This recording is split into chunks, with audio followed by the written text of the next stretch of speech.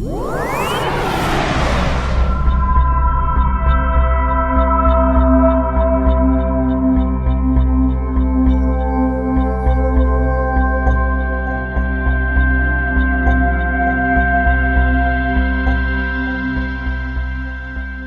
vous faites quoi ici au CFPTS aujourd'hui? Alors en fait, on est venu pour répéter notre défilé qui va se dérouler lundi.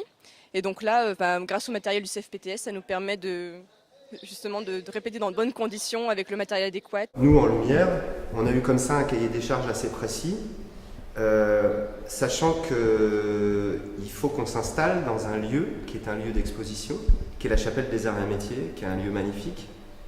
Mais là, il y a la particularité qu'il y a une exposition permanente dedans. En fait, j'ai entendu dire que vous étiez en train de répéter à l'échelle 1,5. Ça représente des difficultés pour vous? Oui, parce que du coup, nous, on s'occupe, en fait, dans nos classes, on a été divisés en pôles. Nous, on s'est porté pour faire partie du pôle technique, donc on s'est occupé de choisir la musique. Et en l'occurrence, par rapport à la musique, là, c'est l'échelle 1,5. Donc tous les temps vont être multipliés par 2. Et donc, faut vraiment anticiper. Et donc, lundi, c'est vraiment lundi qu'on va voir les soucis au niveau de l'acoustique, comme c'est dans une chapelle, la Chapelle des Arts et Métiers. Comment s'est passé de votre point de vue à vous de formateur le mélange avec l'école du Perret, avec les autres élèves? Donc on a fait quelques réunions préparatoires avec nos équivalents de l'école du Perret. Après, nous avons mis en commun les stagiaires école du Perret et les stagiaires CFPTS. Et puis donc chacun de son côté, on a surveillé que tout se passait bien au niveau pédagogique.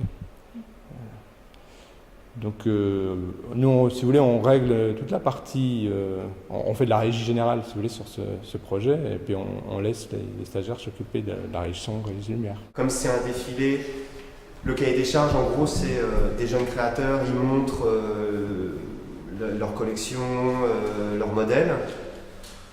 C'est qu'on les voit, quoi. C'est qu'on les suive. Et ça veut dire aussi que, par exemple, on ne va pas mettre de la couleur. Ouais. On va pas faire 10 000 effets. Donc il faut que ce soit quand même assez simple, assez sobre, ce qu'on va installer, et suffisamment réglé pour que ce soit lisible. Ils sont sympas? Ouais, vachement, c'est vachement cool de bosser avec des techniciens. Ouais, ça change un peu. D'ailleurs, on disait tout à l'heure qu'on voyait les deux univers se mélanger. Ouais. Et les mannequins, vous les avez recrutés comment? Alors le pôle casting, c'est pas nous. Mais il y a à la fois des amatrices ou des filles qui ont un physique qui peut correspondre à un physique de mannequin, mais on a également fait appel à le pôle casting a fait appel à des agences qui ont prêté leurs jeunes premiers, en fait, les débutants. Donc pour les entraîner, ils défilent gratuitement de manière bénévole pour s'entraîner eux, et en même temps ça nous sert à nous aussi. Donc. Vous pouvez me dire s'il y a un costume là, particulier que vous avez fait, vous, que je puisse le reconnaître tout à l'heure? Il n'y a aucun costume ici, en fait. Ah ouais, ah là il n'y a rien, c'est que du faux quoi. D'accord, flûte, il faut venir lundi. Très bien. Lundi, école du Perret.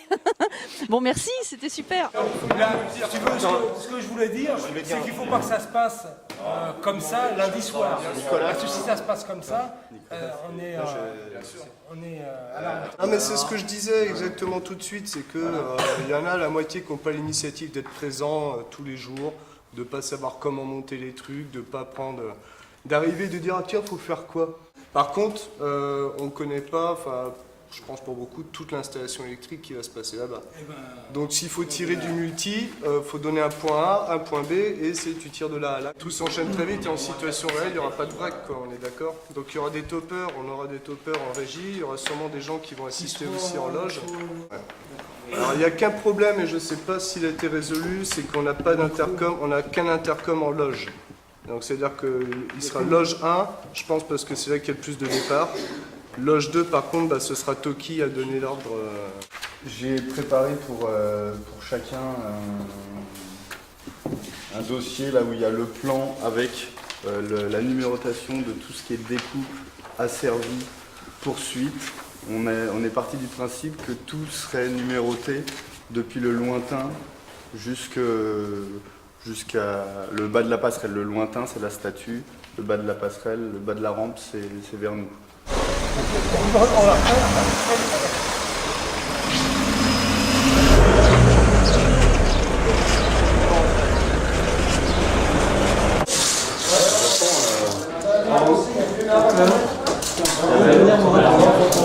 Après, t'as le mec qui est dans le camion, si c'est à mi-hauteur, c'est-à-dire un cran plus haut, il peut la choper là. Les mecs sur le côté, et un derrière, il y va.